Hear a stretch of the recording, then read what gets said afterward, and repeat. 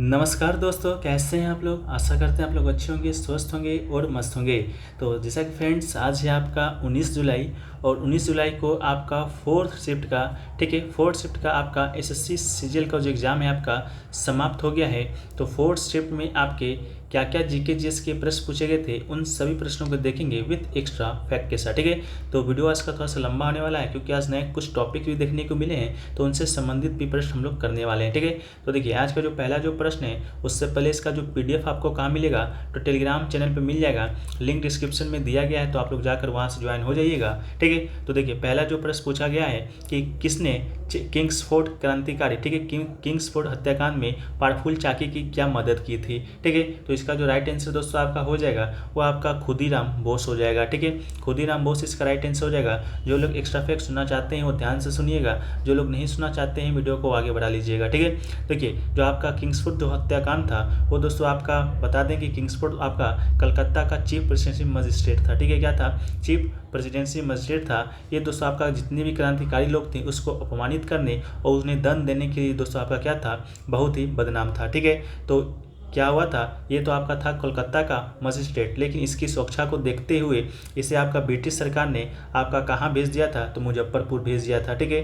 तो ये आपका खुदीराम बोस, ये जो प्रफुल्ल चक्की थे, दोनों किंग्सफोर्ड का क्या किए थे, पीछा करते करते कहाँ चले गए, तो मुजफ्फरपुर चले गए थे, ठीक है। मुजफ्फरपुर जाने के बाद आपका क्या हुआ था कि 30 अप्रैल 1908 को, ठीक है, 30 अप्रैल 1908 ईस्वी को क्या किए थे इन दोनों ने, इनके जब इनका जो गाड़ी था बग्गी उस समय चला करता था, ठीक है। तो बग्गी पर क्या किए इन दोनों ने, इन पर बम फेंक दिया, ठीक है। बम तो फेंक दिया, लेकिन दोस्तों ये किंग्सफोर्ड है जो कि आपका मरा नहीं। किंग्सफोर्ड की जगह आपका 2 यूरोपियन ये महिलाएं थी, उनका मृत्यु हो गया। ये लोग सोचें कि किंग्सफोर्ड है जो कि आपका क्या हुआ है, इसका मृत्यु हो गया है, ठीक है। तो ये लोग दोस्तों भाग कर आपका कहाँ चल गए, समस्तीपुर चल गए, ठीक है। समस्तीपुर चल गए तो वहाँ पर दोस्तों ट्रेन पर आपका बैठ गए टिकट उकट कटा कर। तो इसके बाद क्या हुआ कि वहाँ का जो दरोगा था उन्होंने इनको देख लिया और इनको करने का प्रयास करने लगा, ठीक है। तो आपका जो प्रफुल्ल चाकी थे, ठीक है, तो जो प्रफुल्ल जो चाकी होते हैं वो दोस्तों आपका चारों तरफ से घिर जाते हैं, ठीक है। तो ये क्या करते हैं, चारों तरफ से अगर घिर जाते हैं, इसके बाद अपना ही रिवॉल्वर निकाल कर ये अपनी सुसाइड कर लेते हैं, यानी कि आत्महत्या कर लेते हैं, ठीक है। इसके बाद बचे खुदीराम बोस। तो खुदीराम बोस को आपका गिरफ्तार हो जाते हैं। इसके बाद उन्हें फांसी दे दिया जाता है। और प्रफुल्ल जो चाकी है ये आपका 1 मई 1908 को क्या करते हैं, खुद अपने ही रिवॉल्वर से अपनी हत्या कर लेते हैं, ठीक है। तो ये दोस्तों आपका किंग्सफोर्ड हत्याकांड से रिलेटेड कुछ फैक्ट्स, ठीक है। चलिए हम लोग वीडियो में आगे बढ़ते हैं। तो नेक्स्ट जो क्वेश्चन पूछा गया था कि हमारी जो जनगणना, हमारा जो भविष्य है वो आपका किस जनगणना का क्या था, थीम था, ठीक है। तो इसका जो राइट आंसर था आपका 2011 इसका राइट आंसर था। इसके अलावा 2011 का जो जनगणना है वो दोस्तों आपका कितना चरण में हुआ है, तो ये दोस्तों आपका 2 चरण में आपका आयोजित हुआ था। पहला चरण था आपका मकान का सूचीकरण करना, दूसरा था आपका जनसंख्या का गणना करना, ठीक है। इसके अलावा अगर आपसे पूछ दिया जाए 2021 के जनगणना का थीम, तो ये दोस्तों आपका जन भागीदारी से कल्याण, ये आपका 2011-21 की जनगणना का क्या है, तो थीम है। और ये दोस्तों आपका 2021 का जो जनगणना है आपका 2023 में स्टार्ट होगा, सितंबर से आपका इसका जो प्रक्रिया है वो स्टार्ट होगा।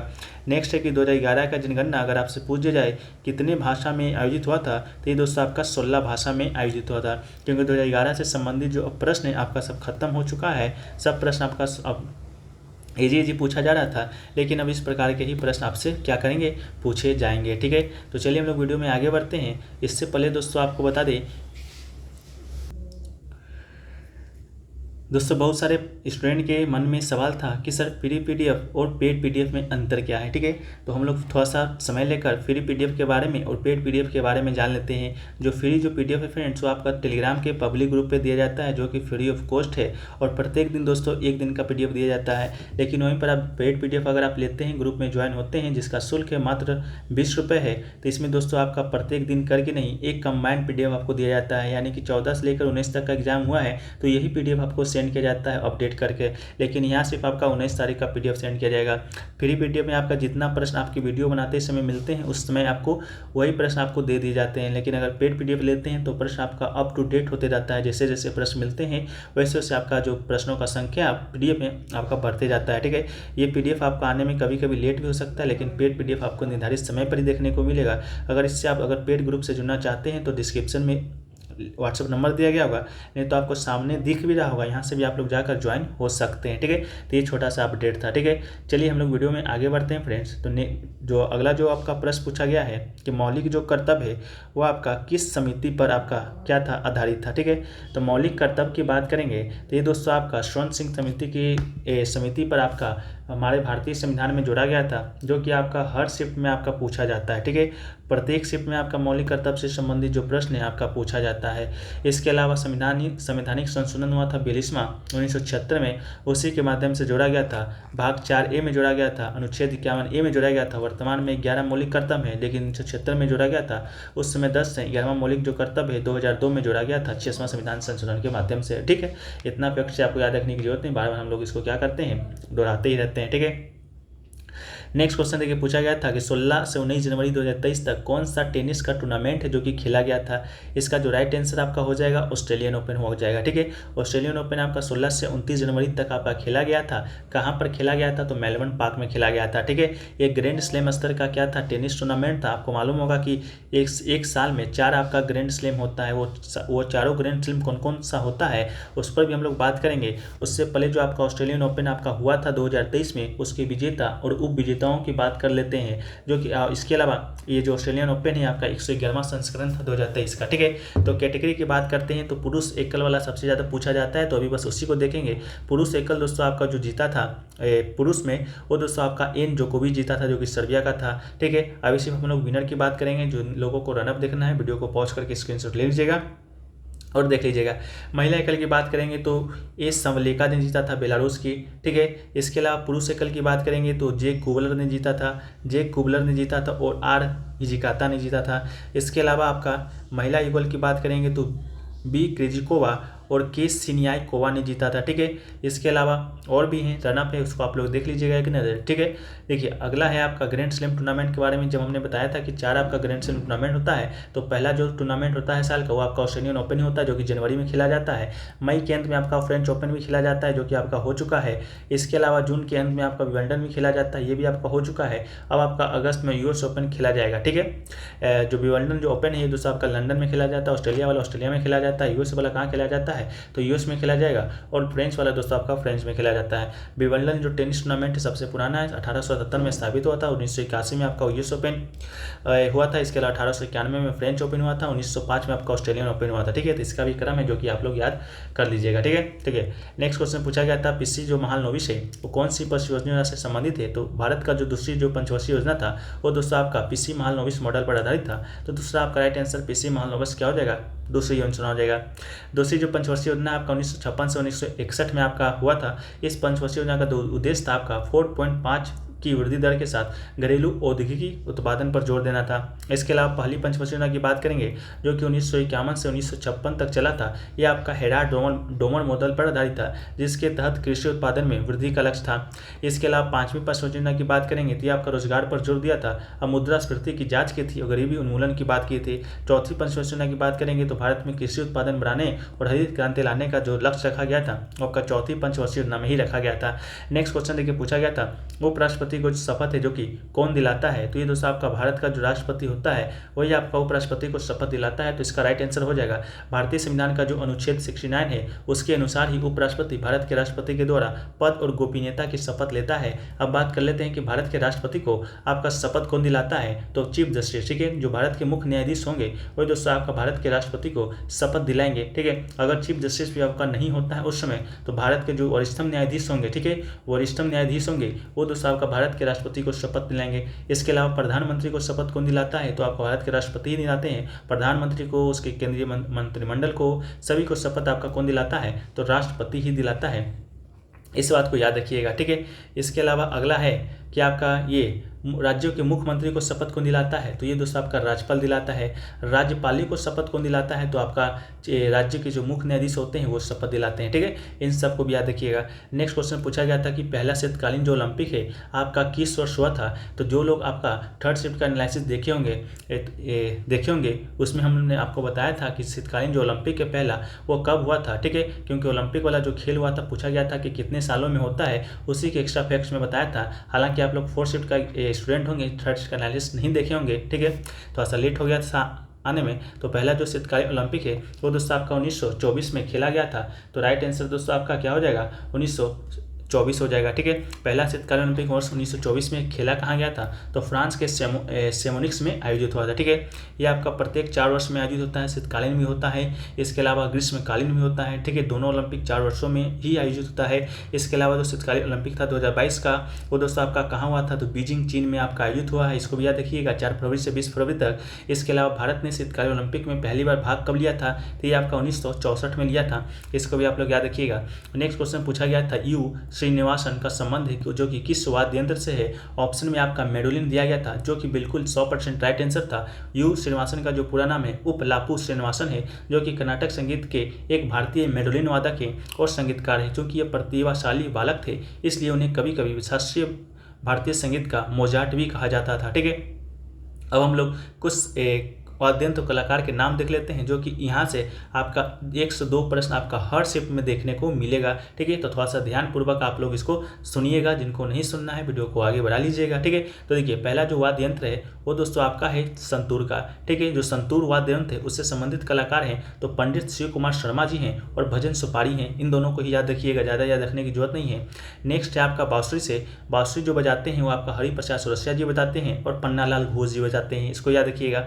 नेक्स्ट है आपका तबला से आपका जाकिर हुसैन है, अल्लाह रखा खां है, साबिर खान है, पंडित किशन महराज हैं और पंडित ज्ञान प्रकाश घोष हैं, ठीक है। ये आपके तबला वादक हुए। सरोज से बात करेंगे तो अल्लाउद्दीन खान है, अल्लाह अली अकबर खां है, अमजद अली खां है, बुद्ध देवदास गुप्ता हैं। ये सभी जो हैं आपके सरोद वादक हैं। शहनाई की बात करेंगे तो बिस्मिल्लाह खां, कृष्णा राम चौधरी और अली अहमद हुसैन, ये सभी आपके शहनाई वादक हैं। सितार की बात करेंगे तो पंडित रविशंकर, शाहिद परवेज खां, बुद्धादित्य मुखर्जी और अनुष्का शंकर, ठीक है। अनुष्का शंकर भी पूछा गया है, पंडित रविशंकर भी पूछा गया है, ठीक है। अगला क्वेश्चन है आपका सरंगी से आपका शकूर खान है, ये भी आपसे पूछा गया है। पंडित राम नारायण है, रमेश मिश्रा है, सुल्तान खान है, ठीक है। ये भी पूछा गया है। बीना वादक आपके कौन कौन है, जो जिया मोहद्दीन डागर हैं, अयागिरी राज श्याम सुंदरम है, दोराई स्वामी अयंगर है। इसके अलावा रुद्र बीना से आपका असद अली खां कल ही पूछा गया था। इसके अलावा मोहन बीना से पंडित विश्व मोहन भट्ट हैं, जो कि मोहन बीना के आविष्कारक ही हैं। वायोलिन से बात करेंगे तो सुश्री गोपाल कृष्णन है, श्रीमती एम राजम है, एन.आर. मुरलीधरन है, एम चंद्रशेखरन है, वी.जी. जोग है और लालगुरी जयरामन है। ये सभी आपके वायलिन से संबंधित है। नेक्स्ट है आपका घटम, ठीक है। ये घटम वाला आपका कल ये पूछा गया था, टी.एच. विनायकाराम का पूछा गया था, मिलान करने के लिए आपका आया था, जो कि घटम से संबंधित है। ई.एम. सुब्रमण्यम आपका ये भी आपका घटम से ही संबंधित है। मृदगम से बात करेंगे तो के.बी. प्रसाद, एस.वी. राजा रवि और उमलापुर शिवरमन, ये सभी आपकी मृदगम से हैं। मेडोलिन से दोस्तों आपका एक ही है, यू श्रीनिवासन, ये आज ही पूछ दिया गया है। पखावत से बात करेंगे तो ये भी कल ही पूछा गया था, आपका मिलान करने के लिए आया था, तो तोताराम शर्मा आपके हैं। सुर बहार वाला भी कल ही शिफ्ट में पूछा गया है, अन्नपूर्णा देवी।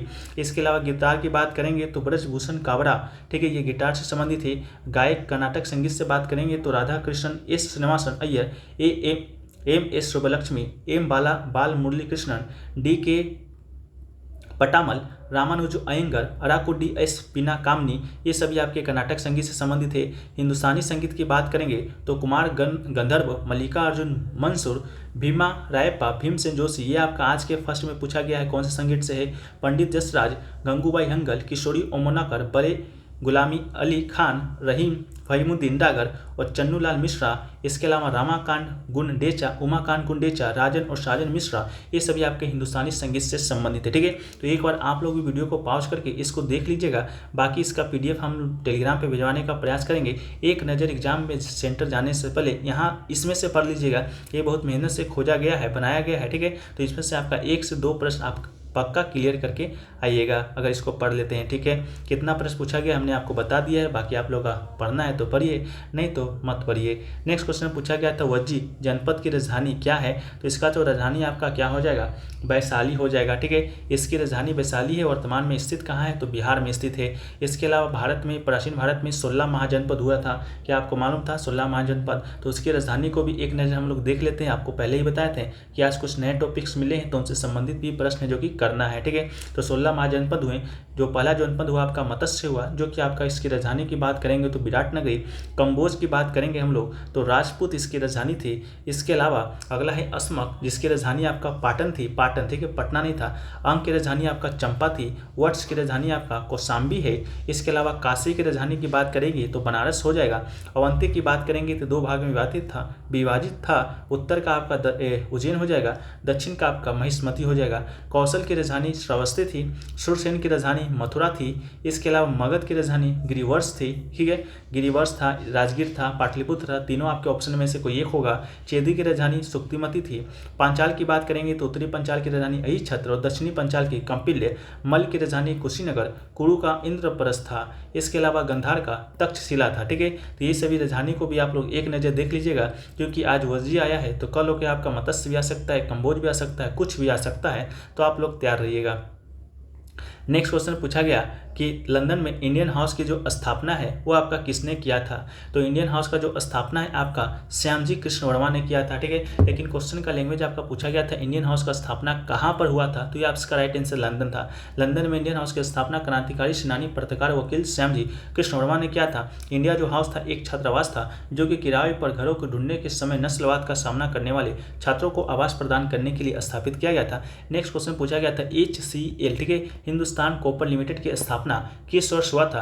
एक स्टूडेंट करे थे हिंदुस्तान एरोनॉटिक्स लिमिटेड, HAL पूछा गया था, तो दोनों में से क्या पूछा गया था कमेंट सेक्शन में बताइएगा, हम दोनों को डिस्कस कर लेते हैं। हिंदुस्तान कॉपर लिमिटेड की स्थापना आपका 1967 में हुआ था। 9 नवंबर को हिंदुस्तान कॉपर लिमिटेड भारत सरकार के खान मंत्रालय के अंतर्गत एक उपक्रम है। ठीक है, इसके अलावा इसके वर्तमान में चेयरमैन MD कौन है, तो KD दीवान इसके MD हैं।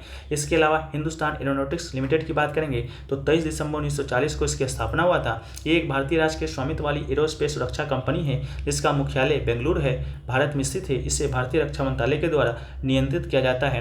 नेक्स्ट क्वेश्चन पूछा गया था आत्मनिर्भर जो भारत है अभियान का प्रथम बार पेश किस बजट में किया गया था, तो 2021-22 के बजट में पहली बार आत्मनिर्भर भारत शब्द का जो उपयोग किया गया था। इसके अलावा आत्मनिर्भर भारत का अभियान का प्रथम लोकप्रिय उपयोग कब किया था, तो 2020 में आपका भारत में जो लॉकडाउन आया था उस समय आपका महामारी संबंधित आर्थिक पैकेज की घोषणा के दौरान हुआ था। इसके अलावा यह आत्मनिर्भर भारत है इसकी स्थापना आपका 12 मई 2020 को प्रधानमंत्री नरेंद्र मोदी जी के द्वारा किया गया था। नेक्स्ट क्वेश्चन पूछा गया था वजीरा चित्रसेना को 2020 में पद्म पुरस्कार दिया गया था, वह किस देश से संबंधित है। ठीक है, क्वेश्चन का लैंग्वेज आपका ये बिल्कुल नहीं था, ये आपका वजीरा चित्रासन एक स्टूडेंट ने बताया था। क्वेश्चन का लैंग्वेज वो बता नहीं पाया था, तो ये खुद से हम क्वेश्चन का लैंग्वेज बताए हैं। आपको आशा करते हैं कि इसका आंसर आपको इसमें मिल गया होगा। बाकी क्वेश्चन क्या पूछा गया था आप लोग कॉमेंट सेक्शन में बताइएगा। वजीरा चित्रासन की बात करेंगे तो आपका श्रीलंका से संबंधित है। वह पारंपरिक कैंडियन नृत्य का अभ्यास करने वाली पहली श्रीलंकाई महिला है जो कि पारंपरिक रूप से केवल पुरुषों के द्वारा ही किया जाता है। ठीक है, इसके अलावा श्रीलंकाई कलाकार डॉक्टर वजीरा चित्रासन को नृत्य के क्षेत्र में उनके योगदान के लिए